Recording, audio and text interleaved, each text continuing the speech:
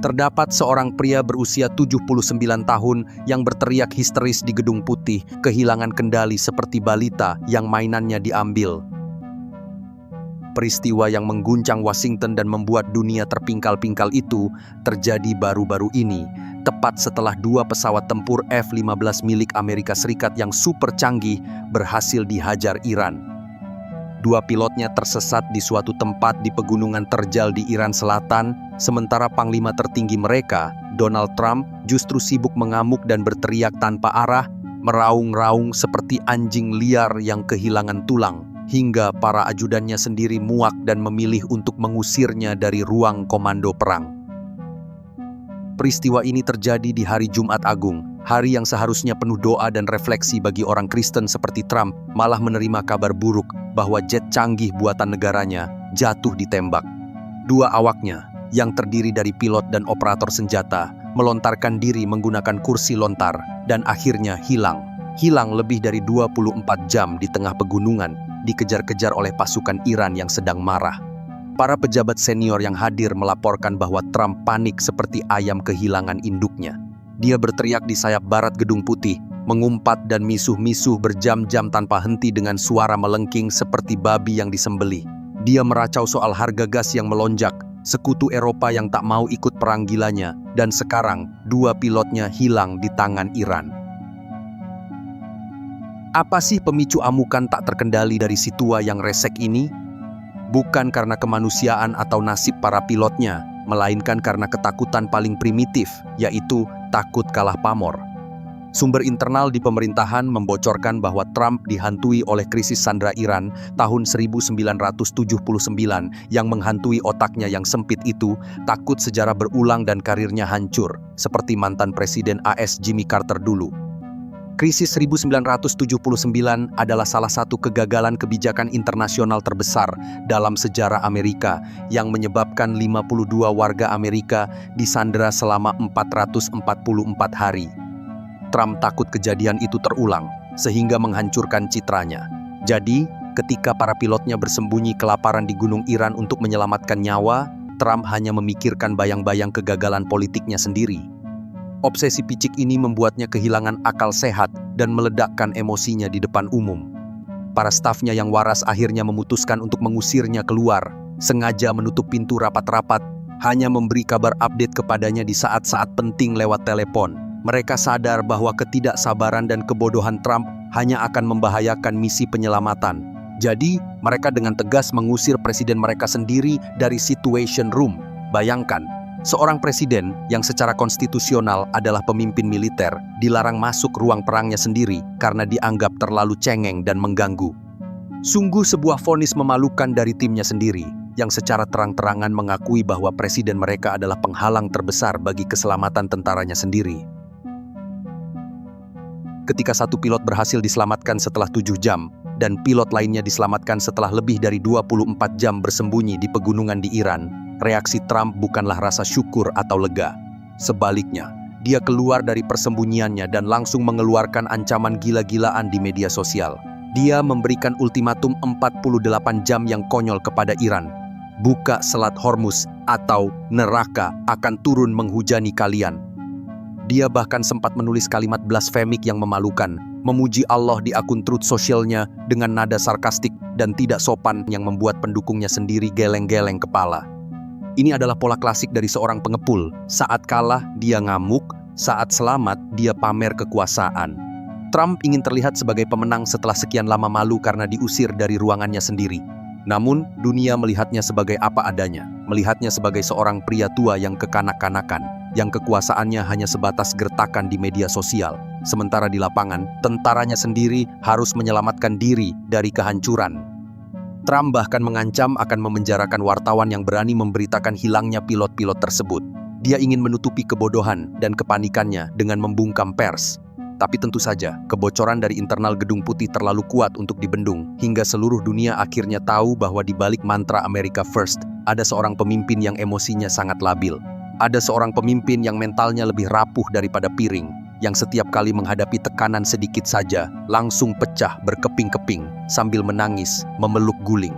Ada kebodohan tingkat dewa yang menyamar sebagai kursi kepresidenan di mana otaknya hanya berfungsi untuk memikirkan burger, golf, dan bagaimana caranya agar fotonya tidak kalah keren dari Kim Jong-un.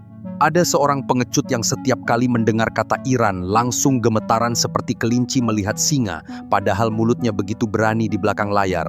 Itulah Donald Trump, Presiden Amerika yang sebenarnya lebih pantas menjadi badut sirkus daripada panglima perang.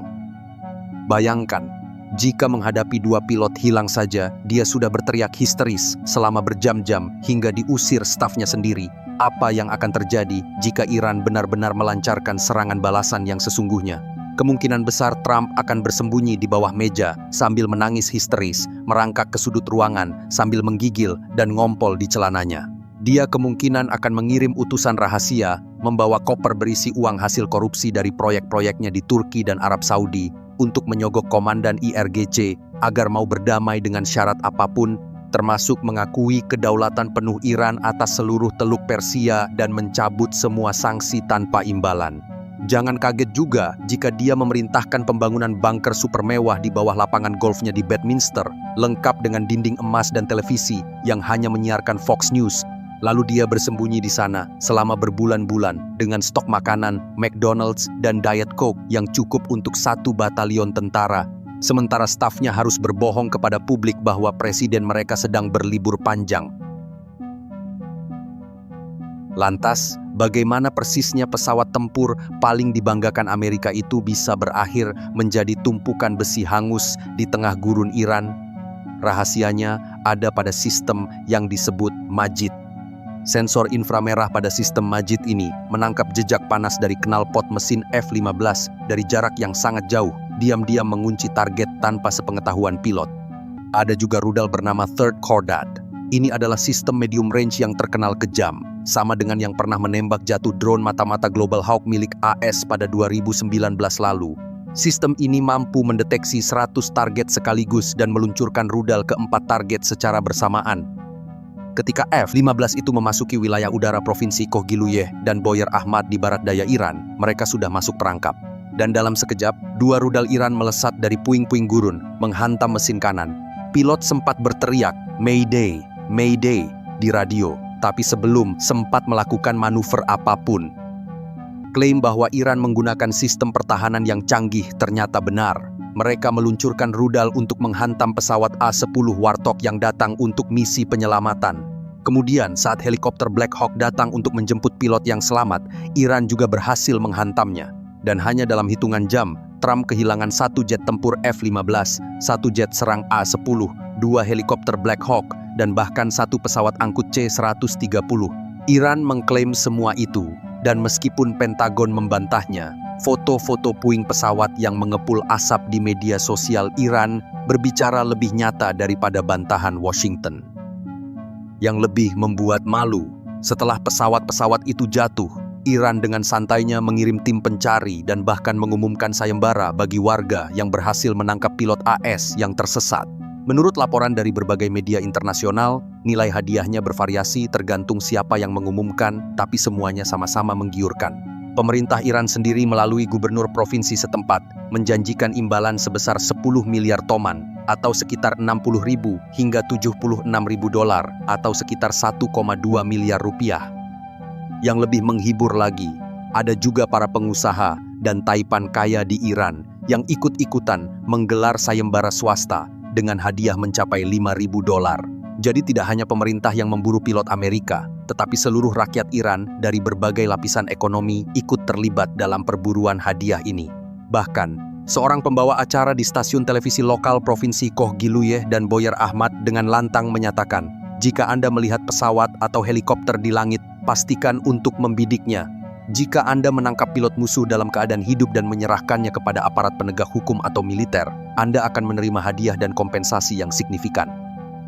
Ketua Parlemen Iran, Mohammad Bakr Kolibaf, dengan sindiran tajamnya berkata, perang yang dicanangkan AS dan Israel sudah turun kelas dari upaya pergantian rezim menjadi sekedar perburuan pilot-pilot mereka.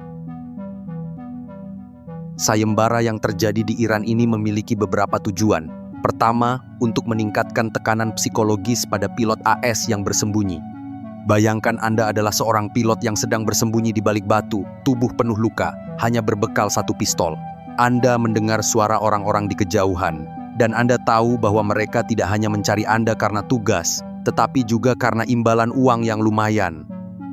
Tujuan kedua adalah untuk menunjukkan kepada dunia bahwa Iran menguasai sepenuhnya wilayahnya dan dapat memobilisasi rakyatnya kapan saja. Pesan yang sangat jelas bahwa tidak ada zona aman bagi penyerbu di tanah Iran. Tujuan yang ketiga adalah untuk mempermalukan Amerika di depan dunia internasional dengan membuat operasi penyelamatan mereka terlihat seperti badut yang kebingungan. Dan faktanya, semua tujuan itu tercapai dengan sempurna.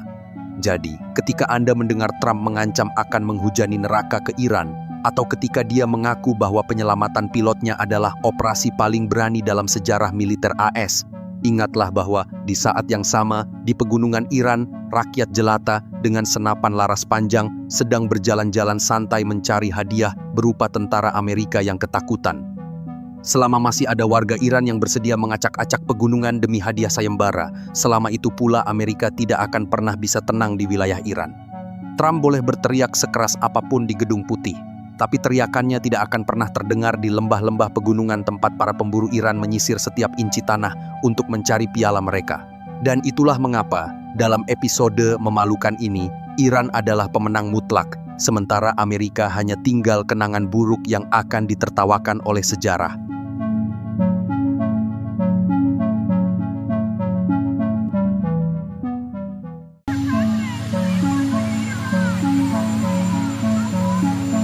Donald Trump kembali ke Washington dalam kondisi yang terlihat tertekan.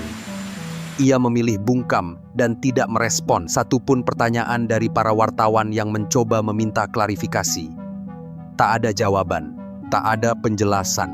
Ia berjalan gontai sangat berat dengan bahu sedikit membungkuk. Beberapa orang bahkan berbisik, ia tampak seperti mayat hidup yang berjalan di antara kilatan kamera yang menjepretnya. Menurut para analis di berbagai penjuru dunia, keguncangan Trump ini terjadi karena Amerika dan Israel tak pernah benar-benar menyangka Iran akan bertahan sekuat itu, mengira rezim Iran akan runtuh seperti Irak atau Libya setelah pemimpinnya tewas, atau akan menyerah seperti Venezuela setelah presidennya diculik. Tapi Iran bukan Venezuela. Iran adalah sebuah negara dengan sejarah ribuan tahun yang membentuk identitas nasional, jauh lebih tua daripada Amerika Serikat yang baru berdiri tahun 1776. Namun, keguncangan Trump tidak berhenti di situ. Tekanan justru datang dari arah yang tidak terduga, yaitu dari sekutu-sekutunya di Eropa. Ketika ia berharap mendapat dukungan logistik untuk melanjutkan operasi militer, satu persatu negara NATO justru memasang tembok dan enggan membantu. Pukulan pertama datang dari Madrid. Spanyol dengan tegas menolak memberikan akses penggunaan pangkalan militernya untuk menyerang Iran. Menteri Luar Negeri Spanyol, José Manuel Álvarez, menegaskan bahwa pangkalan-pangkalan di bawah kedaulatan Spanyol tidak akan digunakan untuk operasi di luar perjanjian dengan AS atau yang bertentangan dengan piagam PBB. Menteri Pertahanan Spanyol, Margarita Robles, bahkan memerintahkan agar pesawat-pesawat militer Amerika ditarik dan disingkirkan dari pangkalan-pangkalan di wilayah Spanyol. Reaksi Trump meledak-ledak. Dalam pertemuan dengan Kanselir Jerman Friedrich Merz di ruang oval, ia menyebut Spanyol sebagai sekutu yang sangat buruk. Ia mengancam akan memutus seluruh hubungan dagang dengan Spanyol. "Kami tidak ingin berurusan lagi dengan Spanyol," katanya dengan nada geram. Namun, yang membuat Trump semakin tertekan adalah respons Perdana Menteri Spanyol, Pedro Sanchez. Alih-alih gentar menghadapi ancaman ekonomi dari negara adidaya, Sanchez justru tampil di depan publik dengan pidato yang tegas. Ia meringkas posisi pemerintahannya dalam 4 kata, "No to the war," atau "tidak untuk perang." Lebih dari itu, Sanchez mengingatkan Trump agar tidak mengulangi tragedi masa lalu. Dunia, Eropa, dan Spanyol pernah mengalami momen kritis seperti ini sebelumnya. Pada tahun 2003, beberapa pemimpin yang tidak bertanggung jawab menyeret kita ke perang ilegal di Timur Tengah yang hanya membawa ketidakamanan dan penderitaan, ujarnya. Seorang insinyur perangkat lunak di Madrid, Gemma Tamarit, mengatakan Trump itu marah. "Kami tidak takut padanya. Salut untuk Sanchez karena berani melawannya." Belum reda amarah Trump pada Spanyol, giliran Inggris yang membuatnya naik pitam. Ketika AS membutuhkan pangkalan Diego Garcia di Kepulauan Chagos, yang merupakan fasilitas vital untuk operasi militer di Timur Tengah selama beberapa dekade, Inggris justru menolaknya. Perdana Menteri Inggris Keir Starmer awalnya menolak memberikan akses penuh bagi AS. Trump pun melontarkan perbandingan yang sangat tajam. Yang kami hadapi saat ini bukan Winston Churchill, katanya, membandingkan Starmer dengan pemimpin legendaris Inggris era Perang Dunia II. Ia menambahkan, mereka merusak hubungan, memalukan sekali. Dalam wawancara dengan New York Post, Trump semakin menjadi-jadi. Ia menyebut Spanyol sebagai pecundang dan menilai Inggris sangat mengecewakan. Kami punya banyak pemenang, tetapi Spanyol adalah pecundang dan Inggris sangat mengecewakan, katanya.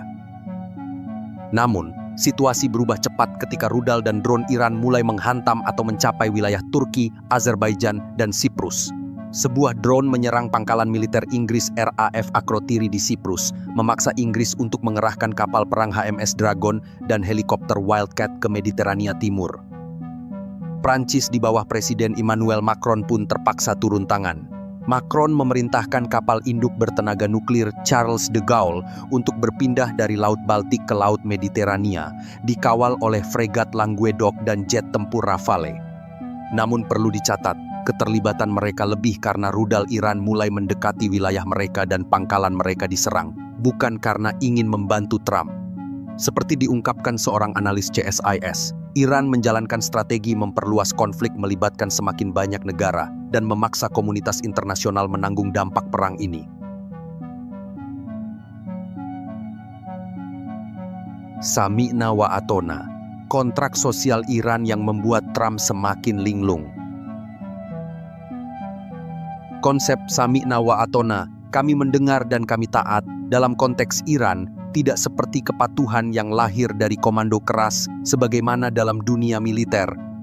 Sami'na wa atona di sini adalah sebuah kontrak sosial yang lahir dari kesadaran bahwa negara harus dipimpin oleh satu nakhoda yang menjadi penunjuk arah yang nantinya harus ditaati demi menjaga bahtera tetap berlayar. Hubungan antara rakyat dan pemimpin ini pun tidak dibiarkan liar, tetapi dilembagakan dengan sangat indah melalui prinsip wilayatul faqih atau kepemimpinan ulama. Maka, ketika seorang pemimpin yang faqih berbicara, ucapannya bukan sekedar perintah, ia adalah sebuah fatwa, seruan yang langsung menyentuh keyakinan yang paling dasar dalam jiwa rakyat Iran. Mereka patuh bukan karena takut, tetapi karena cinta dan kesadaran spiritual. Kepatuhan ini kemudian dirajut kuat oleh ritual-ritual keagamaan yang membahana, terutama saat berkabung untuk mengenang para syuhada, 12 imam Syiah yang gugur di jalan kebenaran. Maka, Sami'na wa atahna bukan lagi sekedar kata. Ia adalah denyut jantung yang menghidupkan kesadaran dan jiwa bangsa Persia. Dan denyut jantung inilah yang luput dari perhitungan dingin Washington, di mana Donald Trump dan para jenderalnya di Pentagon terpesona oleh resep ajaib yang baru saja mereka uji coba di Venezuela. Di sana, strategi decapitation and delegation atau penggal dan serahkan bekerja begitu mulus. Begitu pasukan khusus AS menculik Nicolas Maduro dari kediamannya di Caracas, para pejabat yang korup dan munafik di sekitar Maduro langsung kegirangan menerima bantuan Washington dan tanpa ragu membuka keran minyak untuk Amerika, sebuah keberhasilan kilat yang membuat Trump percaya diri seolah dia berkata, resep ini bisa diulang di mana saja, termasuk di Iran. Maka, ketika operasi militer gabungan Israel dan AS berhasil menewaskan Ayatollah Ali Khamenei, Trump berpikir pertandingan sudah usai. Ia membayangkan Teheran akan seperti Venezuela, di mana elit yang ketakutan akan segera berebut kursi kekuasaan dan berlomba-lomba menunjukkan kesetiaan pada Washington. Tapi di Iran, yang terjadi justru sebaliknya. Kewafatan Khamenei justru membangkitkan gelombang perlawanan yang luar biasa sekali. Mengapa bisa begitu? Karena inilah letak perbedaan mendasarnya. Venezuela adalah rezim yang rapuh, dibangun di atas ketakutan dan kerakusan segelintir elit. Begitu kepala rezimnya dipenggal, para kacing itu langsung berebut menyelamatkan diri sebab tidak punya akar ideologis yang kuat. Iran tidak begitu. Rakyat Iran tidak melihat pemimpin sebagai atasan, melainkan sebagai wali atau penjaga yang harus dibela. Terlebih lagi, kematian seorang pemimpin yang syahid dalam budaya Syiah bukanlah kekalahan. ia justru adalah puncak kehormatan paling tinggi. Seperti yang diucapkan oleh Dewan Keamanan Nasional Iran, arwah Khamenei telah bergabung dengan kerajaan tertinggi. Disinilah kita bisa membaca keguncangan di wajah Donald Trump ketika kembali ke Washington dan berjalan gontai di antara kilatan kamera dengan bahu membungkuk dan bibir terkatup rapat. Itu bukan karena fisiknya lelah meski dia sudah tua renta. Itu karena ia ceroboh membaca peta politik saja, tetapi lupa untuk membaca jiwa rakyat Iran. Trump hanya membaca kekuatan militer, tetapi lupa membaca kekuatan iman. Dan di tengah semua ini, Trump harus menelan pil pahit lainnya. Ketika para wartawan bertanya mengapa ribuan warga Amerika terjebak di Timur Tengah tanpa rencana evakuasi, Trump hanya bisa menjawab dengan gamang, "Ini terjadi sangat cepat." Sementara itu, di Teheran, rakyat Iran justru semakin bersatu. Garda revolusi melancarkan serangan balasan. Para pejabat Iran bukannya rebutan kursi seperti di Venezuela, malah merapatkan barisan. Kematian pemimpin mereka tidak melumpuhkan, justru membakar semangat. Kini, di Washington, Donald Trump yang dulu percaya diri dengan resep ajaib decapitation and delegation harus menerima kenyataan pahit. Ia tidak hanya gagal menaklukkan Iran, tetapi juga kehilangan muka di hadapan sekutu-sekutunya sendiri. Spanyol berani melawannya di depan kamera. Inggris membandingkannya dengan Churchill. Prancis bergerak karena terpaksa, bukan karena setia. Dan di belakang semua itu, rakyat Iran terus bergerak maju tancap gas karena bagi mereka, sami'na wa ata'na bukan sekadar kata, melainkan darah yang mengalir di nadi peradaban Persia yang telah berusia ribuan tahun.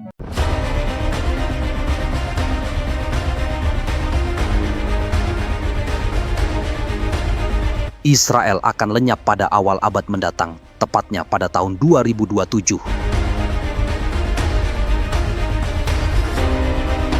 Ucapan ini bukan sekedar retorika, melainkan ramalan penuh keyakinan dari Sheikh Ahmad Yassin, pendiri Hamas yang dihabisi nyawanya oleh Israel pada tahun 2004. Diucapkannya lebih dari 2 dekade lalu, kata-kata ini kini kembali bergema dengan gaung menggetarkan, tepat mendekati tahun yang disebut dalam nubuat itu. Dunia menyaksikan Israel terperosok dalam perang yang tak kunjung padam, dari utara hingga selatan, dari Gaza hingga Lebanon. Rudal-rudal dan drone menghujani wilayah mereka, dari Iran, Yaman, hingga milisi-milisi proksi Iran yang kian berani. Di dalam negeri, pasukan IDF mulai membangkang, menolak bertugas karena trauma, stres, dan kehilangan arah moral. Tahun 2027 belum datang, tapi bayang-bayang runtuhnya kekuatan Zionis sudah mulai terasa. Apakah ini sekedar kebetulan sejarah atau takdir yang mulai bekerja?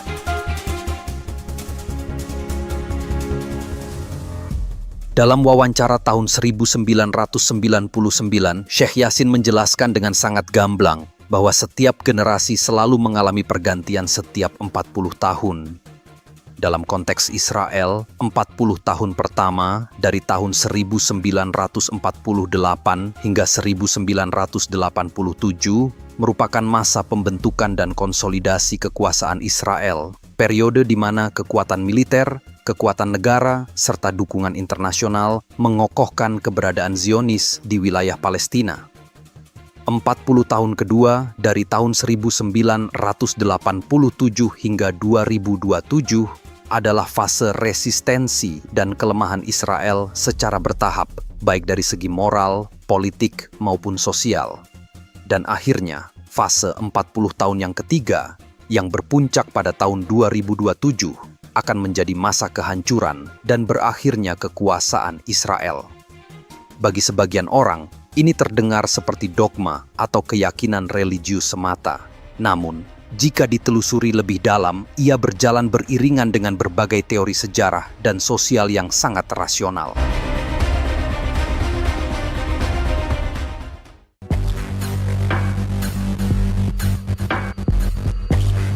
Ibnu Khaldun, seorang bapak historiografi dan sosiologi yang terkenal dan banyak dirujuk oleh ilmuwan barat, mengemukakan bahwa umur suatu peradaban biasanya bertahan selama 3-4 generasi, atau sekitar 100 hingga 120 tahun. Dan setiap 30 hingga 40 tahun muncul fase-fase di mana kekuatan sosial yang menyatukan masyarakat yang ia sebut sebagai asabiyah, mulai melemah. Ketika ikatan sosial ini mengendur dan lemah, peradaban akan memasuki fase kemunduran dan pada akhirnya hancur dan runtuh dari dalam. Sosiolog terkemuka Pitirim Sorokin juga mencatat dalam bukunya yang berjudul Social and Cultural Dynamics bahwa siklus 30 hingga 40 tahun sering muncul antara masa perang dan damai, berhubungan erat dengan bergantinya generasi pemimpin dan perubahan nilai-nilai dalam masyarakat.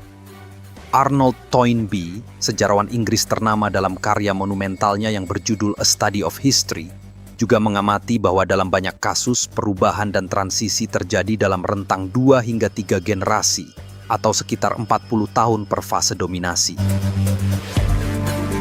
Contohnya, penjajahan dan kolonialisme Eropa yang selama lebih dari 1 abad mendominasi berbagai belahan dunia mulai runtuh setelah 3 generasi menguasai wilayah jajahan.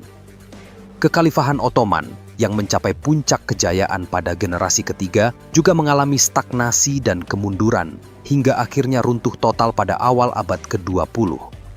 Kekaisaran Mongol di bawah Genghis Khan juga menunjukkan pola yang serupa. Generasi pertama dari tahun 1206 hingga 1241 dibangun oleh Temujin yang menyatukan suku-suku padang rumput hingga menjadi kekuatan militer tak tertandingi. Generasi kedua mencapai puncak ekspansi di masa Ögedei dan Mongke, mencaplok wilayah dari Cina hingga Hungaria. Dan generasi ketiga akhirnya menyaksikan perpecahan yang tak terelakkan, di mana tahun 1294, tepat 88 tahun setelah berdiri, Imperium Mongol terbelah menjadi 4 khanate yang saling bertikai. Di Nusantara, Kerajaan Majapahit juga mengalami nasib yang sama. Puncak kejayaan Hayam Wuruk dari tahun 1350 hingga 1389 dengan dukungan Mahapatih Gajah Mada hanya bertahan 1 generasi. Tahun 1400-an, persekutuan vassal mulai runtuh dan serbuan Demak tahun 1478 menjadi pukulan pamungkas.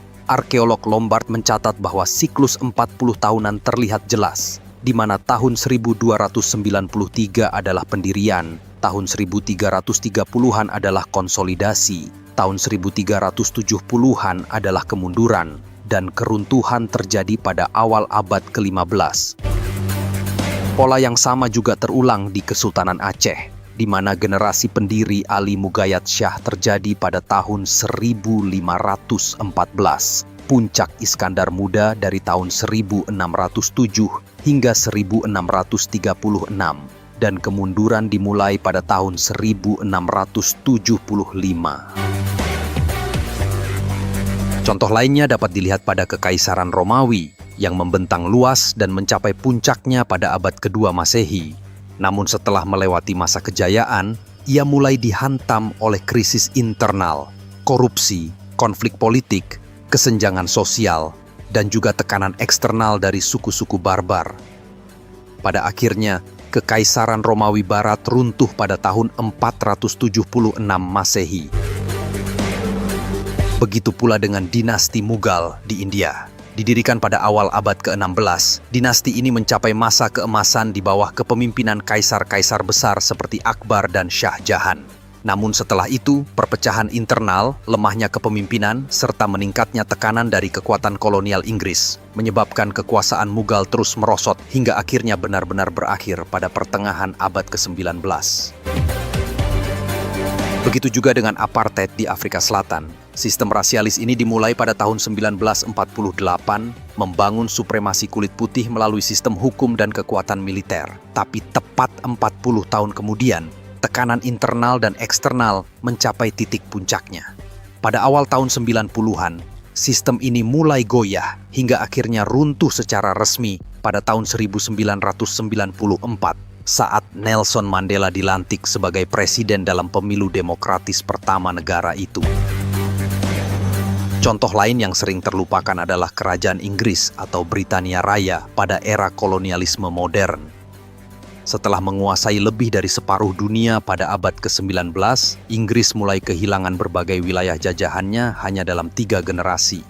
Dimulai dari kemerdekaan India tahun 1947, kemudian gelombang dekolonisasi menyapu Asia dan Afrika sepanjang tahun 1950 hingga 1970. Dalam waktu kurang dari 40 tahun, imperium besar itu hanya menjadi bayang-bayang dari kejayaan masa lalunya. Angka 40 adalah simbol fase pembentukan, kedewasaan, dan pergantian zaman. Musa menerima wahyu setelah 40 malam. Nabi Muhammad menerima kenabian di usia 40 tahun. Bani Israel diazab mengembara di padang pasir selama 40 tahun sebelum masuk tanah terjanji. Musa mikat atau janji pertemuan di Gunung Sinai selama 40 malam sebelum menerima Taurat. Dalam kisah Nuh, banjir besar berlangsung selama 40 hari dan 40 malam sebagai bentuk pemurnian umat manusia dari kezaliman. Ramalan Syekh Ahmad Yasin bisa dipahami bukan sebagai nubuat semata, melainkan sebagai proyeksi yang dibangun atas pengamatan mendalam terhadap siklus sejarah. Ia adalah puncak gunung es dari sebuah perjalanan panjang nan berdarah, akumulasi dendam dan penindasan yang berakar jauh sebelum bendera Israel berkibar pertama kali di tanah Palestina. Untuk memahami mengapa tahun 2027 menggumpal menjadi keyakinan yang mencekam, kita harus menyelam ke dasar lautan konflik ini, menyusuri arus deras sejarah yang membentuk realitas pahit hari ini, dan menyaksikan bagaimana bibit-bibit keruntuhan itu tertanam, tumbuh, dan kini mulai berbuah racun bagi proyek Zionis itu sendiri.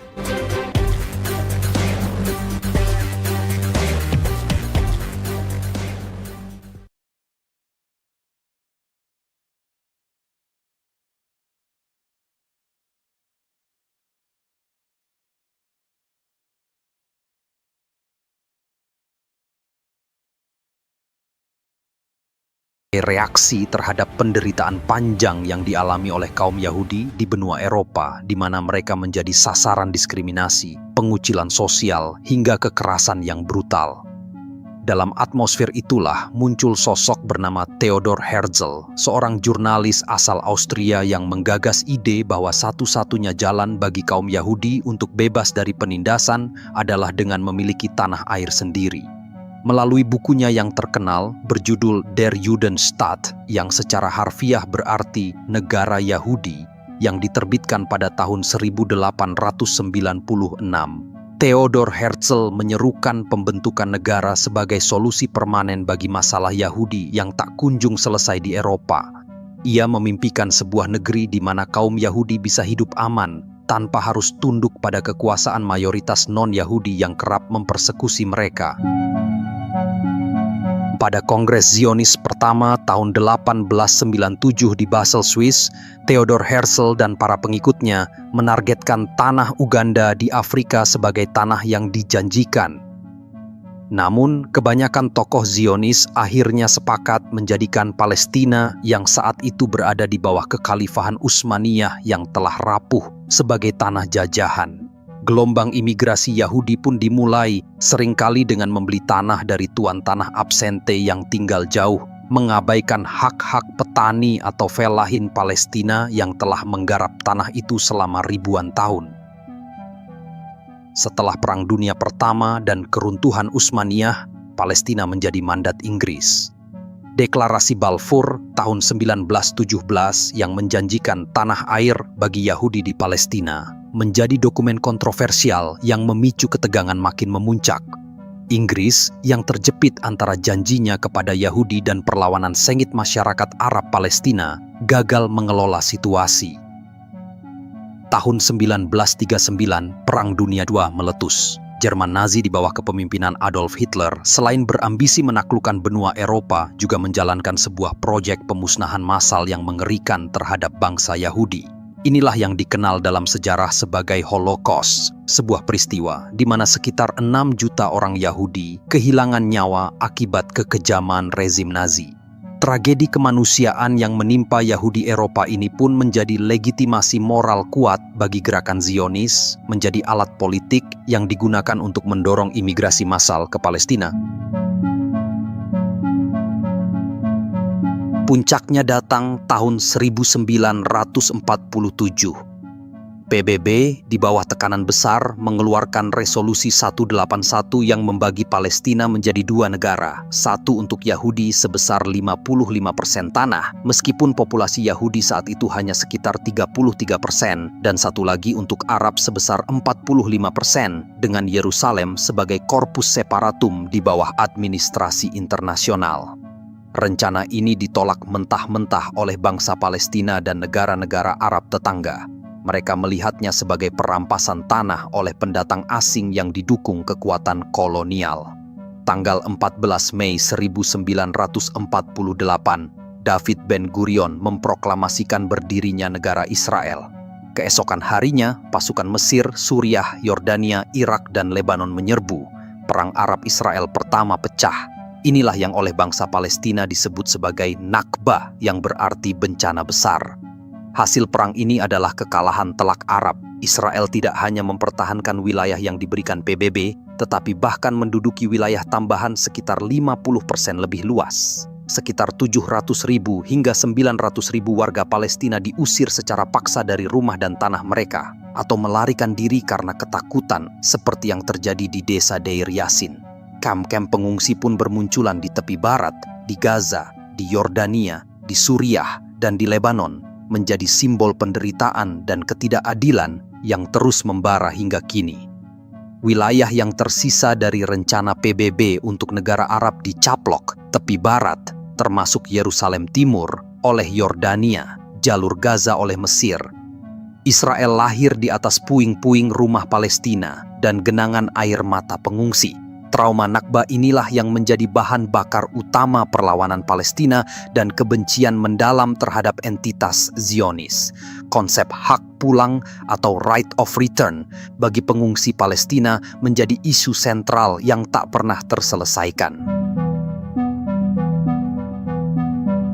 Tahun-tahun berikutnya diwarnai perang-perang berulang yang semakin mengukuhkan dominasi Israel dan memperluas wilayah pendudukannya. Perang tahun 1967 yang disebut Perang 6 Hari adalah titik balik yang dramatis. Dalam waktu singkat, Israel menghancurkan angkatan udara Mesir, Suriah, dan Yordania, kemudian menduduki jalur Gaza, tepi barat termasuk Yerusalem Timur, dataran tinggi Golan Suriah, dan semenanjung Sinai Mesir.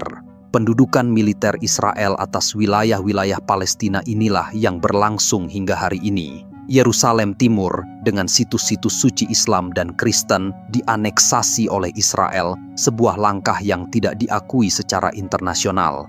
Pendudukan ini membawa kebijakan represif, yaitu pembangunan permukiman ilegal Yahudi di tanah pendudukan, pembatasan pergerakan warga Palestina melalui pos-pos pemeriksaan atau checkpoint, penahanan administratif tanpa pengadilan, penghancuran rumah, dan berbagai bentuk kekerasan sistematis yang memicu perlawanan. Maka lahirlah Organisasi Pembebasan Palestina atau PLO di bawah Yasser Arafat yang awalnya bersenjata, kemudian beralih ke jalur diplomasi setelah perjanjian Oslo tahun 1990-an. Namun, kegagalan proses perdamaian Oslo ditandai dengan terus berlanjutnya pembangunan permukiman, melahirkan kekecewaan dan radikalisasi baru. Di tengah vakum kepemimpinan dan kekecewaan terhadap PLO yang dianggap terlalu kompromistis, gerakan perlawanan Islamis mulai bangkit. Hamas, singkatan dari Harakah Al-Muqawamah Al-Islamiyah atau Gerakan Perlawanan Islam, didirikan tahun 1987 oleh Sheikh Ahmad Yassin, Abdel Aziz Al-Rantisi, dan lainnya, tepat di awal Intifada pertama atau pemberontakan Batu. Hamas menolak keberadaan Israel, menolak perjanjian Oslo, dan menyerukan perjuangan bersenjata untuk membebaskan seluruh tanah Palestina dari sungai sampai ke laut. Mereka menawarkan resistensi yang lebih militan dan kerangka ideologis Islam yang kuat, berbeda dengan nasionalisme sekuler PLO. Dukungan sosial mereka tumbuh melalui jaringan amal, pendidikan, dan kesehatan yang luas di jalur Gaza, terutama di tengah kegagalan otoritas Palestina yang merupakan hasil Oslo dalam memberikan pelayanan dasar. Karisma dan keteguhan Sheikh Yassin, meski lumpuh dan buta, menjadi simbol perlawanan yang tak kenal lelah. Ucapannya tentang lenyapnya Israel pada awal abad mendatang atau tahun 2027 bukanlah sembarang omongan.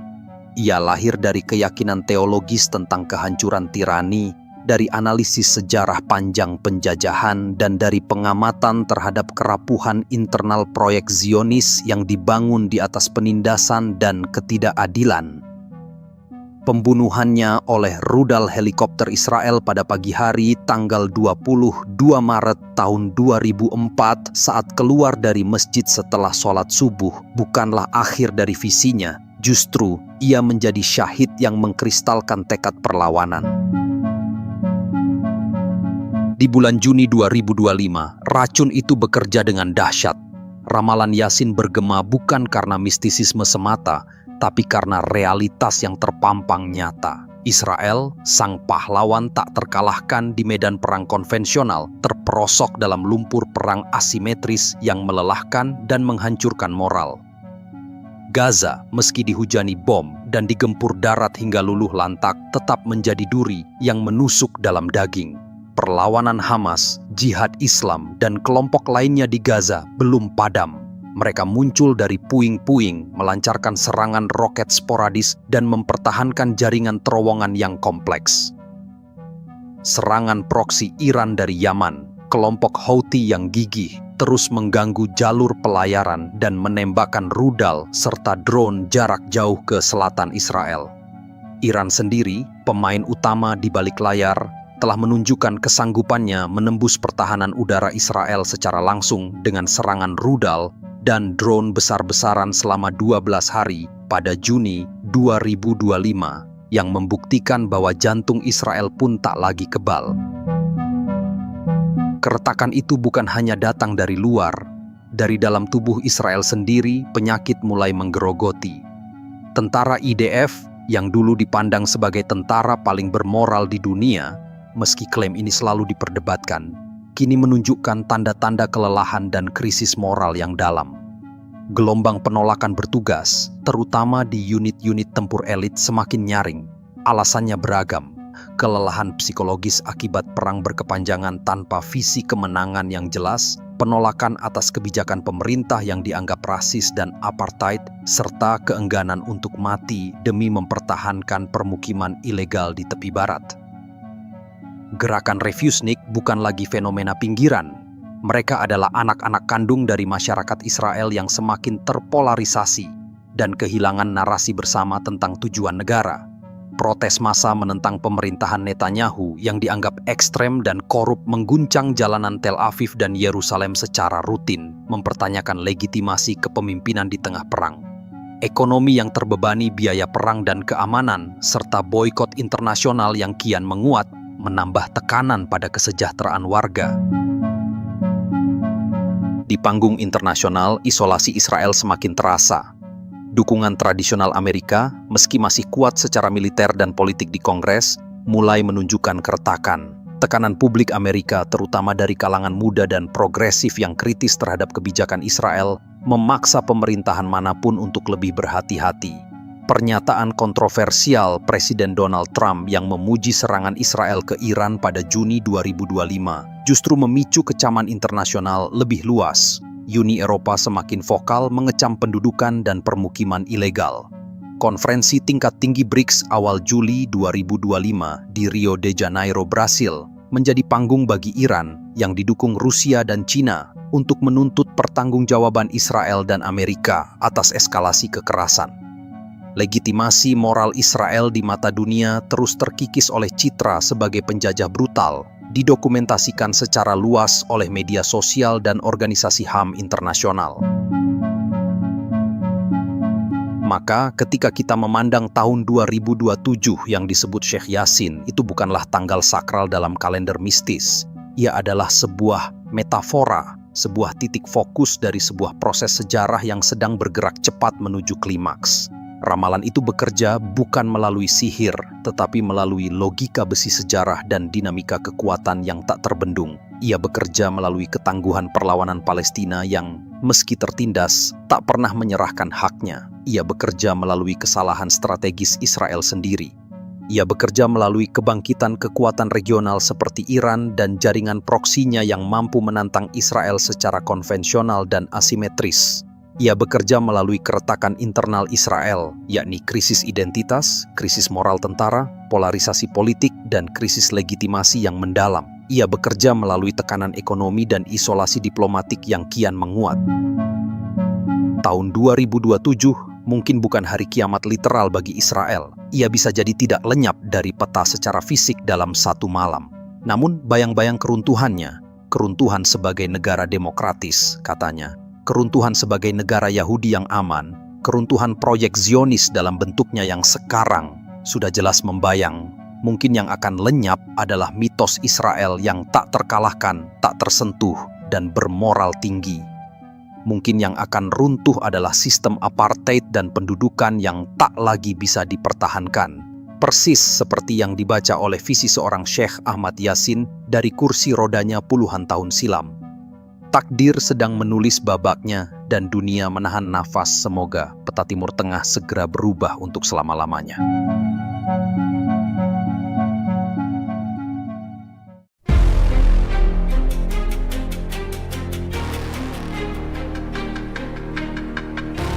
Pertanyaannya, apa yang sebenarnya diperjuangkan oleh Syekh Ahmad Yasin hingga dia dihilangkan nyawanya oleh Israel?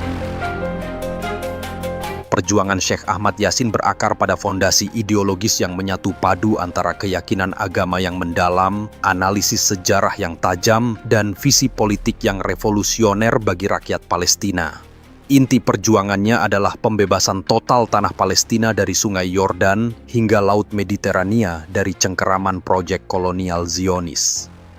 Ideologi Syekh Yasin bersumber dari penafsirannya terhadap ajaran Islam, khususnya konsep jihad.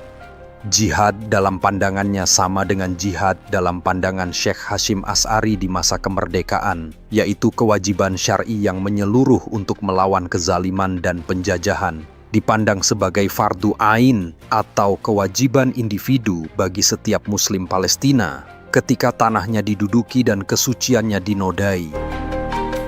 Penekanan pada jihad bersenjata ini lahir dari keyakinannya bahwa diplomasi dan perundingan dengan Zionis adalah sia-sia belaka, terbukti dari kegagalan perjanjian Oslo yang justru digunakan Israel untuk memperluas permukiman ilegal dan memecah belah wilayah Palestina. Namun demikian, jihad bagi Syekh Ahmad Yasin memiliki dimensi yang jauh lebih luas daripada sekedar konfrontasi senjata. Ia mencakup jihad sosial, jihad ekonomi, dan jihad kultural. Inilah yang menjelaskan fokus besar Hamas di bawah bimbingannya dalam membangun jaringan masjid, sekolah, klinik kesehatan, lembaga amal zakat, dan bantuan untuk keluarga syuhada dan tahanan. Pengorbanan terbesar adalah syahadah atau kesyahidan. Yasin sendiri, meski mengalami lumpuh total sejak muda dan mengalami kebutaan di kemudian hari, menolak untuk dianggap lemah. Penderitaan fisiknya justru dilihat sebagai ujian dan bentuk pengorbanan yang mendekatkannya kepada Tuhan. Ia memandang kematian di jalan perjuangan bukan sebagai akhir, melainkan pintu menuju kemuliaan abadi dan kemenangan hakiki. Kisah-kisah para nabi dan pejuang awal Islam yang sabar dan berkorban menjadi sumber inspirasi utamanya.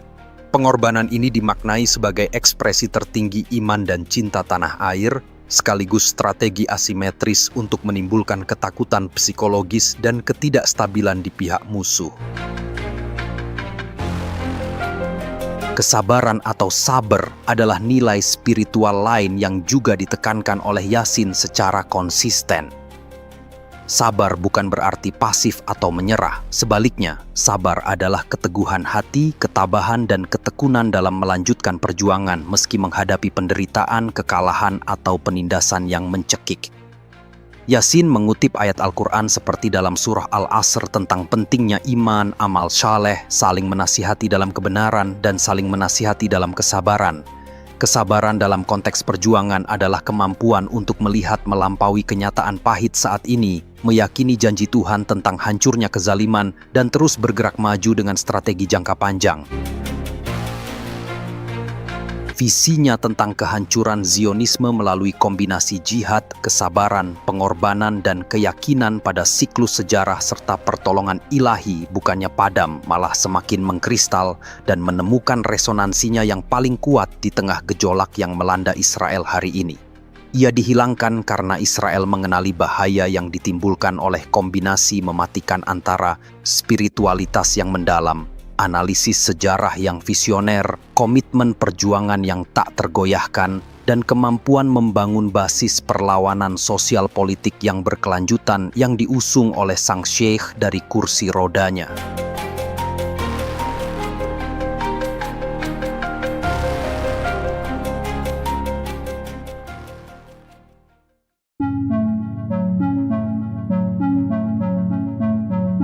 Transformasi Hamas dari perlawanan lokal ke poros regional. Setelah syahidnya sang guru, hilangnya nyawa Syekh Ahmad Yasin pada tanggal 22 Maret tahun 2004 meninggalkan luka yang mendalam, sekaligus kosongnya kepemimpinan spiritual dan politik di dalam tubuh Hamas. Namun jauh dari mematahkan semangat, tragedi itu menjadi katalisator cepatnya transformasi organisasi. Dalam hitungan minggu, Abdul Aziz Al-Rantisi, sang pendamping setia Syekh Yasin dan juru bicara yang karismatik, diangkat sebagai pemimpin baru di Gaza. Israel pun bergerak cepat. Rudal Apache menghujani mobil yang dinaiki Rantisi di Gaza City pada 17 April tahun 2004. Rantisi syahid hanya 26 hari setelah Syekh Yasin syahid. Bagaimanapun, tragedi ini justru melahirkan kepemimpinan yang lebih tangguh. Di Gaza, Mahmud Al-Zahar, seorang dokter yang tegas dan politisi ulung bersama Ismail Haniyeh, sosok yang dikenal lebih pragmatis dan mampu menjembatani faksi-faksi, memegang kendali operasional. Sementara itu, di pengasingan Damaskus, Khaled Meshal, kepala Biro Politik Hamas yang telah lama memimpin diplomasi internasional dan penggalangan dana, menjadi wajah global gerakan. Segitiga kekuatan. Kunci pertama adalah penguasaan teknologi roket. Dari roket Qassam-1 primitif dengan jangkauan 5 km dan hulu ledak 10 kg yang ditembakkan secara sporadis, Al-Qassam berinvestasi besar-besaran dalam riset dan pengembangan. Kerjasama dijalin terutama dengan sekutu regional. Pada Perang Gaza tahun 2008 hingga 2009, dunia dikejutkan oleh rudal Grad buatan Iran yang mampu mencapai Ashkelon dengan jarak 20 km. Pada tahun 2012, rudal Fajr 5 dengan jangkauan 75 km buatan Iran menghantam Tel Aviv dan Yerusalem, menembus jantung psikologis Israel. Puncak kemandirian ditunjukkan dengan pengembangan roket produksi lokal seperti M75 dengan jangkauan 75 km, dinamai berdasarkan tahun berdirinya Hamas, dan rudal R-160 dengan jangkauan 160 km. Tahun 2021 dan 2023, kemampuan penghujuman roket Hamas mencapai skala industri perang, di mana ribuan roket ditembakkan dalam waktu singkat demi menguji batas sistem pertahanan udara Iron Dome Israel hingga ke titik jenuh. Drone yang awalnya digunakan untuk pengintaian berevolusi menjadi senjata ofensif. Drone kamikaze Shihab dan Zohari yang dinamai berdasarkan nama insinyur Tunisia yang kehilangan nyawa pada tahun 2016 membawa hulu ledak menjadi senjata yang murah tetapi sulit dideteksi dan efektif menyerang pos militer atau permukiman Israel. Revolusi lain juga terjadi di bawah tanah. Jaringan terowongan Al-Ankabut atau sarang laba-laba berubah dari sekedar saluran penyelundupan menjadi infrastruktur militer.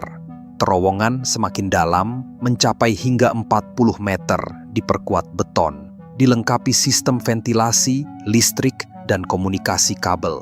Terowongan yang menjadi markas komando tersembunyi, pabrik senjata, gudang logistik, ruang peluncur roket, dan jalur pergerakan pasukan yang nyaris tak tersentuh serangan udara Israel. Serangan lintas batas pada tanggal 7 Oktober tahun 2023 adalah bukti puncak efektivitas jaringan terowongan yang memungkinkan infiltrasi massal yang mengejutkan. Di dunia digital, Hamas membentuk unit cyber khusus seperti Electronic Mujahidin atau Squad of Electronic Jihad.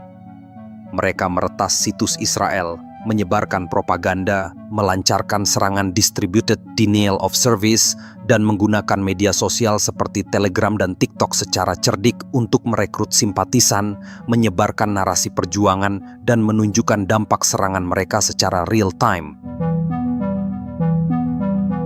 Kekalahan Israel oleh Hezbollah dalam Perang Lebanon tahun 2006 membuka mata Teheran. Iran melihat potensi besar Hamas sebagai ujung tombak poros perlawanan atau axis of resistance di front Palestina. Hubungan yang sebelumnya lebih bersifat ideologis dan finansial yang terbatas berubah menjadi kemitraan militer yang mendalam. Iran melalui Korps Garda Revolusi Islam atau IRGC dan unit elit Quds Force pimpinan Jenderal Qasem Soleimani yang terbunuh tahun 2020 menjadi penyokong utama Hamas.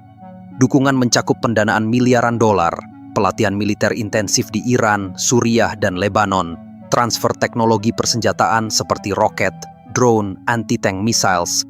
Hezbollah Lebanon di bawah Hasan Nasrallah menjadi mentor taktis dan jembatan logistik. Hubungan ini diperkuat oleh kesamaan musuh, yaitu Israel dan Amerika, serta visi perlawanan Islam anti-hegemoni Barat. Hamas belajar banyak dari pengalaman perang gerilya urban dan perang psikologis Hezbollah.